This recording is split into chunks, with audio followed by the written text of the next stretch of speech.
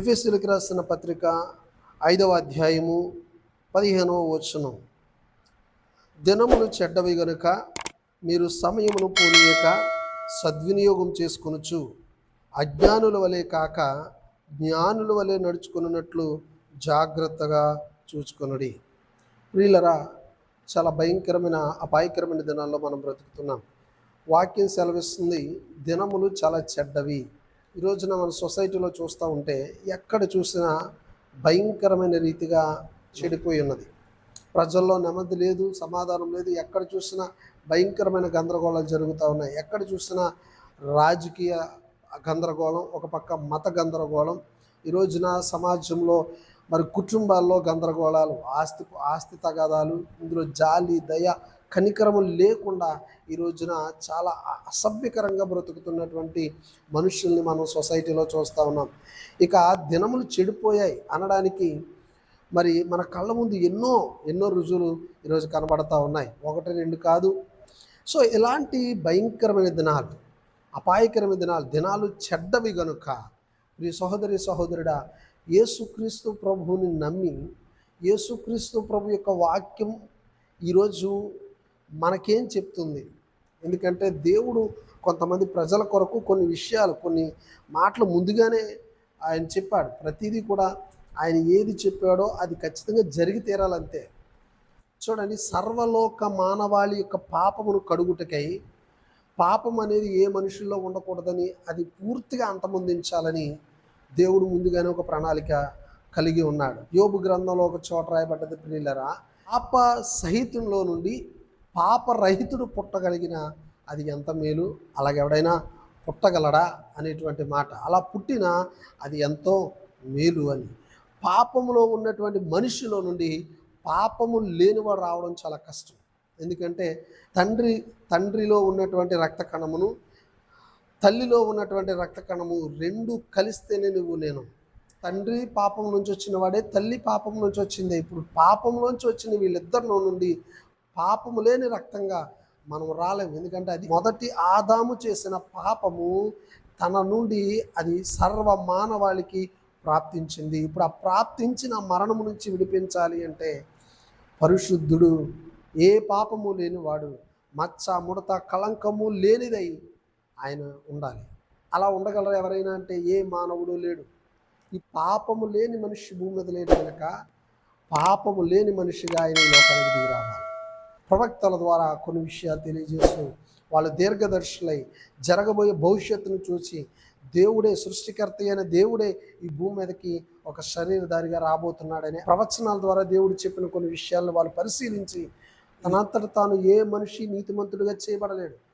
తనంతట తాను ఏ వ్యక్తి నేను గొప్పని, పరిశుద్ధుని, నేను నీతిమంతుని అని చెప్పలేడు. ఎందుకు మనం అనుకోవచ్చు, నీ స్వబుద్ధిపై ఆధారపడి నీ అంతటి నువ్వే నేనేదో గొప్పోడిని, నేనేదో మంచోడిని, నేను చాలా నీతిమంతుడిని, నేను చాలా పరిశుద్ధుడిని అని మనం అనుకోవచ్చు. కానీ నువ్వేంటో, నీ వ్యక్తిత్వం ఏంటో, నువ్వు పరిశుద్ధుడివా, అపవిత్రుడివా, మంచివాడివా, చెడ్డవాడివా అని నిరూపించేవి ఏంటంటే నీ నోటి మాట కాదు, నీ క్రియలు. నువ్వు ఎవరో రుజువు చేసేది నీ క్రియలే.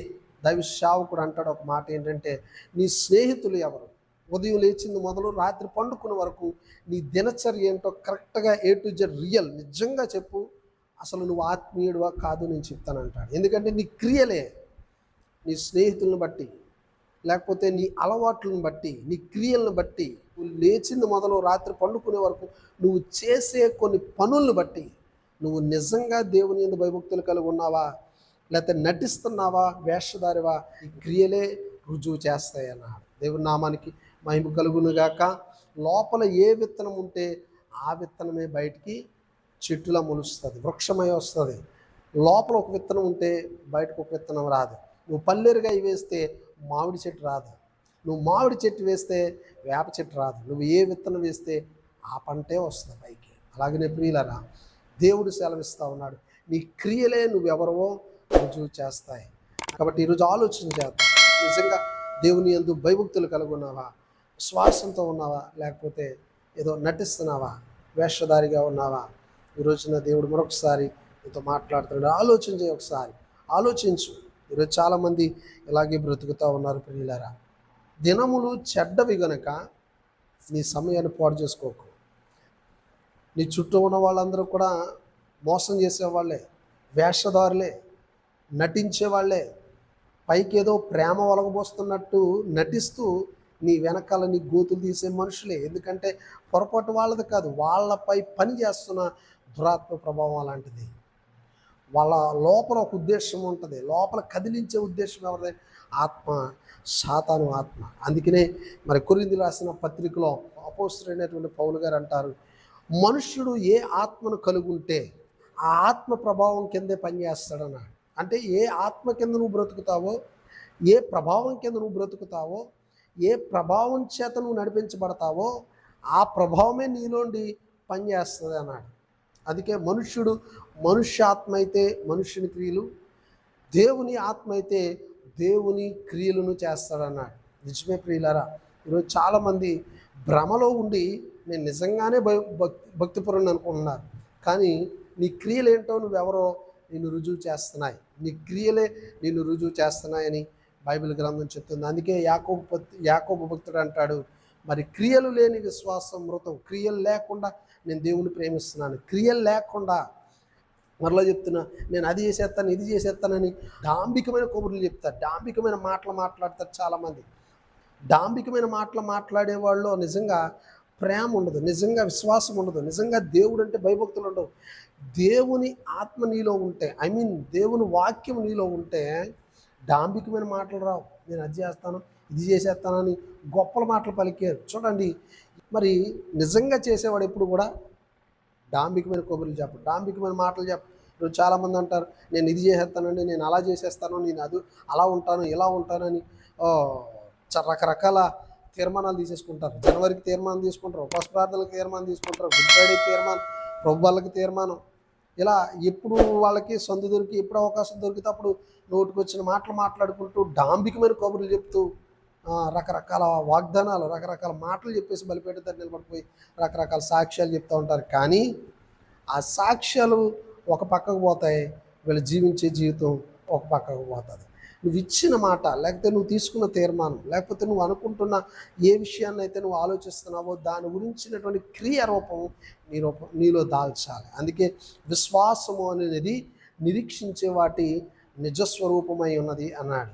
చూడండి, నువ్వు దేన్నైతే మనసులో తలంచుకొని నువ్వు దేవుని దగ్గర పట్టు విడవక ఇది చెయ్యాలి, ఇది ఎలా ఉండాలి అలా ఉండాలి అని నువ్వు దేని నిమిత్తం అయితే ప్రభు యొక్క వాక్యాన్ని నమ్మి విశ్వాసం ఉంచి పట్టుదలతో ముందుకెళ్తున్నావో ఖచ్చితంగా దాని కొరకు నువ్వు ప్రయాసపడినప్పుడు దేవునికి సహాయం చేయగలడు. దేవుని నామానికి మహిమ కలుగును గాక.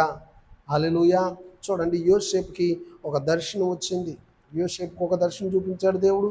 ఇదిగో ప్రపంచం, నీ తల్లిదండ్రులు, నీ అన్నదమ్ములు, మరి దేశంలో ఉన్న చాలామంది ఉన్నతమైనటువంటి వ్యక్తులు నీకు సాగిలపడి సాష్టాంగపడి నమస్కారం చేస్తున్నారు. అంత ఉన్నతమైన స్థితికి నేను తీసుకెళ్తున్నానని వాగ్దానం చేశాడు. అంటే నేను ఒక రాజుని చేస్తున్నాను అన్నాడు. రాజుని చేస్తున్నాను అని వాగ్దానం ఇచ్చిన ఆ దేవుని మాటను చాలామంది నవ్వారు, హేళన చేశారు, అపహసించారు. కానీ యోసేపు మాత్రం తన మనస్సులో దేవుడు ఏదైతే ముద్రించాడో, నా దేవుడైన యెహోవా ఏ వాక్యం అయితే నాతో మాట్లాడి నా మనసులో ముద్రించాడో దాని ప్రకారంగా నేను ఉంటే ఖచ్చితంగా దాన్ని నేను పొందుకోగలను అనుకున్నాడు. దేవుని నామానికి మహిమ కలుగును గాక. ఖచ్చితంగా ఎవరు ఏమనుకున్నా, ఎవరు ఎన్ని రకాలుగా ఇబ్బందులు పెట్టినా, తన తల్లిదండ్రులే లేకపోతే తన అన్నదమ్ములే, ఆఖరికి చాలా చోట్ల చాలా హింసలు అనుభవించాడు. ఎన్ని రకాలుగా అతన్ని శోధించినప్పటికీ జాగ్రత్తగా వినండి, ఏదైతే దేవుని వాక్యం మీద విశ్వాసం ఉంచి నమ్మాడో, నా దేవుడు ఏదైతే చేస్తానని మాట ఇచ్చాడో అది తప్పకుండా నా దేవుడు చేస్తాడని పూర్తిగా యోసేపు వాక్యాన్ని పూర్తిగా నమ్మి వాక్యం మీద భయభక్తులు కలిగి వాక్యం మీద ఆధారపడి బ్రతికాడో, విశ్వాసంతో ఉన్నాడో, అది తన జీవితంలో క్రియారూపం దాల్చే వరకు కూడా, అంటే తన జీవితంలో అది కార్యం జరిగించే వరకు కూడా దేవుణ్ణి వదలలేదు, విశ్వాసాన్ని చెడగొట్టుకోలేదు, భక్తి జీవితాన్ని పాడు చేసుకోలేదు, తన విశ్వాసాన్ని కడ వరకు నమ్మకంగా కొనసాగించాడు. దేవుని నామానికి మహిమ కలుగును గాక. హల్లెలూయా. ఈరోజు చాలామంది మనలో మరి ఒకటి అడుగుతాం దేవుడి దగ్గర, ప్రభువా నాకు ఇది చెయ్యి, ఇది కావాలని. కానీ అడిగినప్పుడు కొన్ని సందర్భాలు అది మనకు రాదవుతుంది, ఆలస్యం అవుతుంది. ఎందుకు అంటే దేవుడు కొన్నిసార్లు నీ విశ్వాసాన్ని, నీ భక్తి జీవితాన్ని, లేకపోతే నీ యొక్క క్రియల్ని ఆయన పరిశీలిస్తూ ఉంటాడు. నీ పేషెన్స్, నీ ఓపికని ఆయన పరీక్షించినప్పుడు మనం వెంటనే తొందరపడిపోతూ ఉంటాం.